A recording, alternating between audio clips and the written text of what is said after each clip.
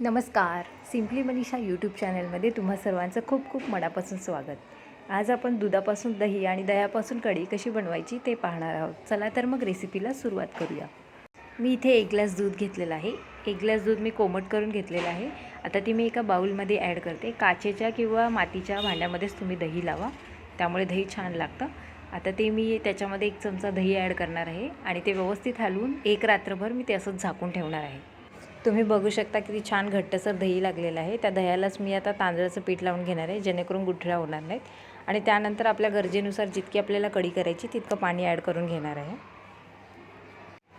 हे मिश्रण नीट मिक्स करून रात्रभर असंच ठेवून द्या, जेणेकरून ते आंबट होईल आणि कढी छान होईल. चला तर आपण मग आता कढी बनवून घेऊयात. भांडं गरम झालेलं आहे, त्याच्यामध्ये तेल ॲड केलेलं आहे. त्यानंतर त्यात मोहरी टाकूयात. मोहरी चांगली तडतडली, त्यानंतर त्यात जिरे टाकूयात आपण. जिरे चांगले फुलले की त्यामध्ये कढीपत्ता टाकूयात.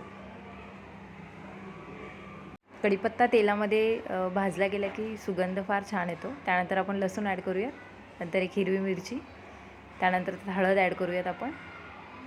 फोडणीचा सुगंध इतका खमंग येतो आहे. त्याच्यानंतर जे दही आपण आंबट करून घेतलं होतं ते त्यात ॲड करूयात आणि थोड्या वेळानंतर मीठ टाकूयात आणि थोडासा गूळ.